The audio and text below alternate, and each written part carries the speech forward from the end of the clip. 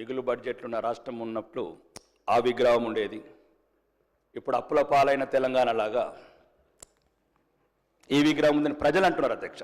తెలంగాణ ప్రజలు ముఖ్యంగా తెలంగాణ ప్రజలు రాతలు మార్చాలి కానీ తెలంగాణ తల్లులు మారుస్తూ ఒక్క నిమిషం ఆగండి, మాట్లాడేటప్పుడు ఆగండి, నేను మాట్లాడతాను, కేకలు పెడతాను. నేను ఒకటి అధ్యక్ష, మరి ముఖ్యంగా ఈరోజు మళ్ళీ వచ్చే ప్రభుత్వం మళ్ళీ మార్చాలి అంటే ఇవి రాను రాను తెలంగాణ ప్రజల మీద గుదిబండ పడుతుంది అధ్యక్ష. నిన్నొక్కరు, ఈరోజొక్కరు, రేపొక్కరు పార్టీ తెలంగాణ ప్రజలంతా ఈరోజు అందులో ఒకటే ఒక లోపం ఉంది. ఓకే, అది మీరు సరిదిద్దుకోండి, లేకపోతే లేదు. ఈ ఒకటి మంత్రి గారు, మీరు గౌరవనీయ మంత్రులు, అదొక్కటే మీరు చేసిన పని ఆ హస్తం పెట్టుట్లా తెలంగాణ ప్రజలంతా కాంగ్రెస్ తల్లి అంటున్నారు అధ్యక్ష. బహిరంగంగా చెప్తున్నా, వాళ్ళు చెప్తలేరు. నేను ఏం చెప్తున్నాను అధ్యక్ష, అదొక్కటి లేకుండా బతుకమ్మ లాంటి మన బతుకమ్మ తల్లిని పెడితే బాగుండేది. ఆ చేతి అధ్యక్ష, నేను మాట్లాడి అందమంతం సమానం. ఒకటి ఓకే, వాళ్ళ విషయం అధ్యక్ష. రెండోది, ఇక ఇప్పుడు ఈ కార్డు, ఒక్క నిమిషం, ఈ కార్డు శాసనసభనిచ్చిందా లేదా సార్ అధ్యక్ష? నాకు నేను శాసనసభ్యున్నా కానా? తెలంగాణ శాసనసభల 6 ప్రజలు ఎన్నుకున్న ప్రజాప్రతినిధినా కానా? ఒకటి ప్రోటోకాల్ అధ్యక్ష, ఇదే లేనప్పుడు మాట్లాడటం ఎందుకు? శాసనసభ్యులమే కానప్పుడు మాట్లాడటం ఎందుకు? గౌరవనీయులు, మీరు అందరంటే గౌరవం, మీరంటారంటే అభిమానం, మీరంటే అభిమానం, కానీ మీరు కూడా అభిమానం చూపించాలి కదా అధ్యక్ష. ఇప్పుడు మీరంటే గౌరవం అధ్యక్ష, మంత్రులంటే అభిమానం, మంత్రులంటే గౌరవం, సాటి శాసనసభ్యులంటే గౌరవం, కానీ వాళ్ళు మమ్మల్ని గౌరవించకపోతే మేమెట్లా గౌరవించాలి అధ్యక్ష? నేనేమంటున్నాను అధ్యక్ష, ఈ దక్షిణ తెలంగాణ నీళ్లు అన్ని దోసుకోపోతున్నారు. అభివృద్ధి లేదు, అధికారం లేదు, అవమానం. ఇంకెందుకు అధ్యక్ష మేము ఇక్కడ ఉండడం? ఏదో మీ ప్రజల జీతాలు తీసుకున్నందుకు అధ్యక్ష మేము. దయచేసి అధ్యక్ష, మీరు కన్న తండ్రి ఈ శాసనసభ, వాళ్ళైతే బయట ప్రభుత్వంలో. ఇగో మా సీతక్క గౌరవనీయ మంత్రి గారు సమాజం అని చెప్పి ఉద్యమంలోకి వెళ్ళొచ్చి ఈరోజు శాసన వ్యవస్థలో మంత్రి అయిన అక్క, మాకు 5 కోట్లు ముంత, కాంగ్రెస్లకు బిందెలు. ఏమక్క సమాజం అన్నావు కదక్క, ఎటువైందక్క? ఒక నిమిషం ఆగండి, నేను ఇది రుజువులతో చెప్తున్నాను అధ్యక్ష. అడుగడుగున అవమానాల పాలు చేస్తున్నారు.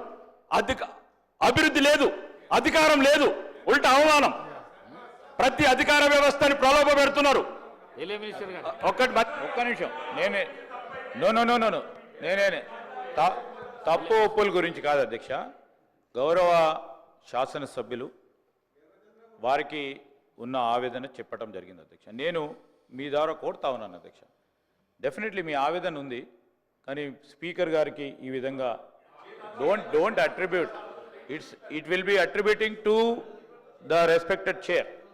Please try to, we will constrain ourselves. రెండోది అధ్యక్ష, వారి ఆవేదనకు సంబంధించిన అంశం ప్రతి ఒక్కటి కూడా ఒకరోజు మీరు సమావేశాన్ని పిలువని అధ్యక్ష, వారికి సంబంధించిన ఏమైనా అంశాలు ఉన్నాయో మేము వస్తాం, తప్పకుండా ఆ ప్రస్తావన తీసుకుంటా. నేను చెప్పాను వెంకటరామరెడ్డి గారు కూడా, మీరు పిలవండి అధ్యక్ష, రేపు ఎల్లుండో, ఎందుకంటే ప్రత్యేకమైన ప్రస్తావన జరుగుతుంది. గౌరవ సభ్యులు, నేను అప్పీల్ చేస్తా ఉన్నా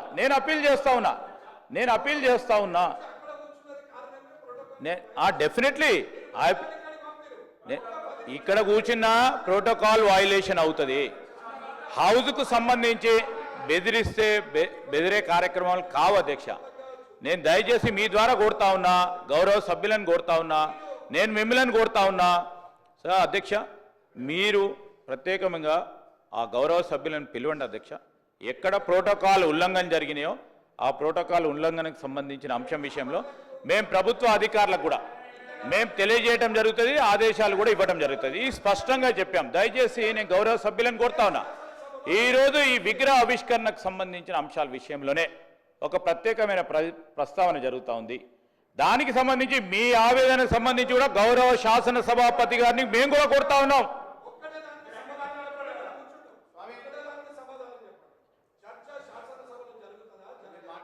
ఇప్పుడు సార్ ఇది అనేక సందర్భాల్లో చూసినాం అధ్యక్ష, మేము కూడా అనేక సందర్భాల్లో అనుభవించినాం, మేకు తెలుసు.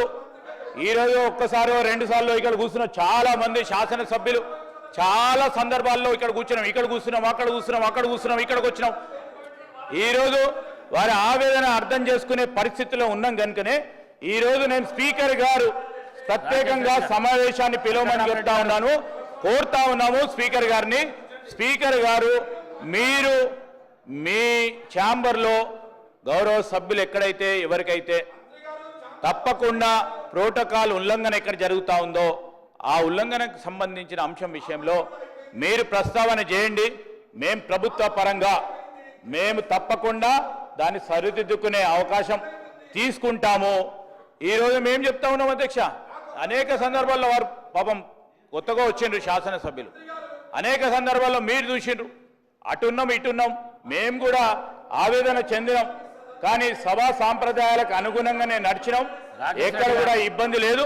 నేను గౌరవ శాసన సభ్యులను కోరుతా ఉన్నా, ఇది ఒక ప్రత్యేకమైన ప్రస్తావన, ప్రత్యేకమైన అంశం పైన స్టేట్మెంట్కు సంబంధించి ఈరోజు మీరు అనుమతి ఇచ్చడంతో ఆ స్టేట్మెంట్కు సంబంధించిన అంశాలను ప్రస్తావన చేయడానికి అవకాశం ఇచ్చిండ్రు.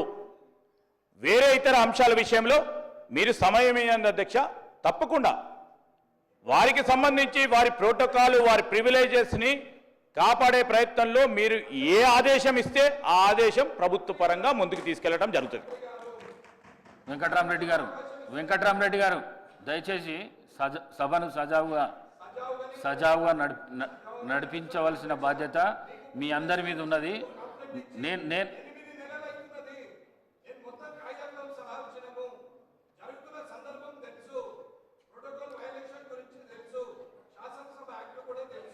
మీకు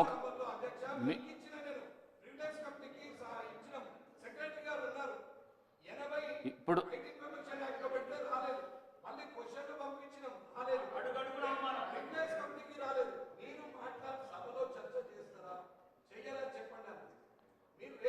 వెంకట్రామరెడ్డి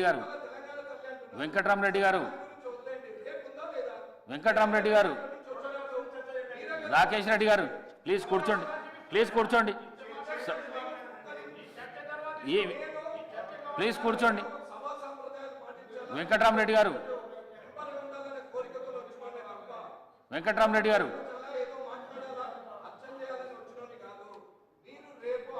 రాకేష్ రెడ్డి గారు కూర్చోండి, రాకేష్ రెడ్డి గారు కూర్చోండి.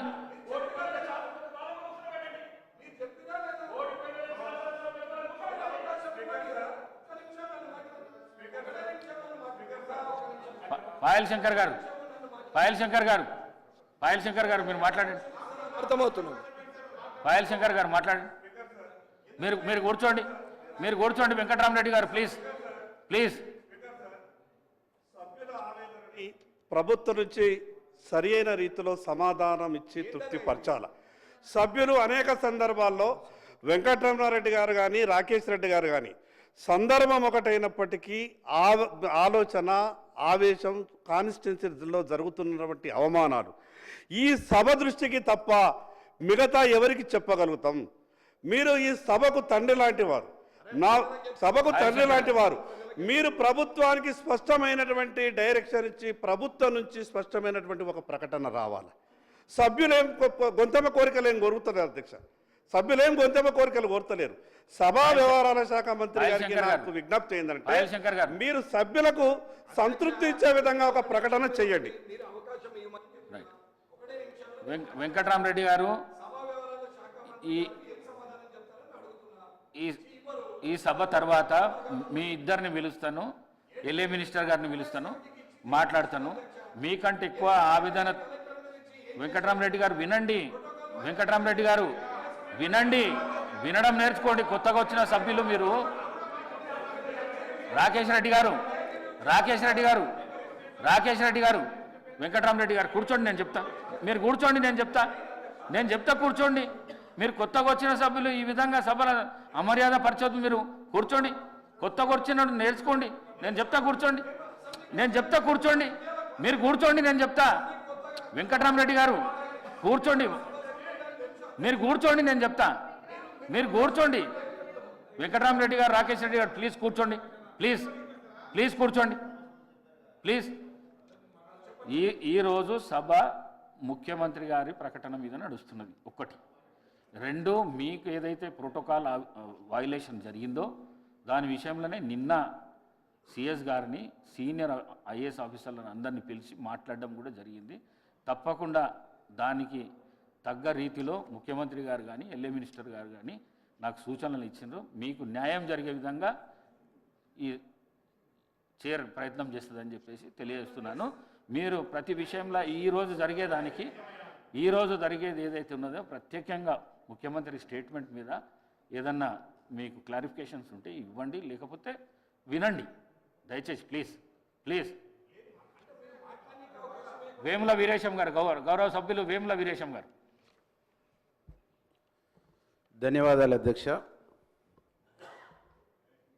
ఈ చారిత్రాత్మకమైనటువంటి ఈ రోజులో గౌరవ మాతృమూర్తి సోనియా గాంధీ గారికి ఈ సభ తరపున జన్మదిన శుభాకాంక్షలు తెలియజేస్తున్నా అధ్యక్ష.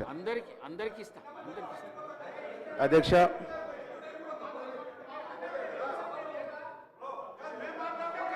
ఎల్ఏ మినిస్టర్ గారు కూర్చొని కూర్చొని మీరు కూర్చుంటే మాట్లాడతా చెప్తా కదా. ఒక్క నిమిషం. రాకేష్ రెడ్డి గారు ప్లీజ్. రాకేష్ రెడ్డి గారు, నేను వెంకట్రామరెడ్డి గారిని కోరుతా ఉన్నా, ఒకటి కూడా ప్రస్తావనల విషయంలో మేము కూడా ఆ స్థానంలో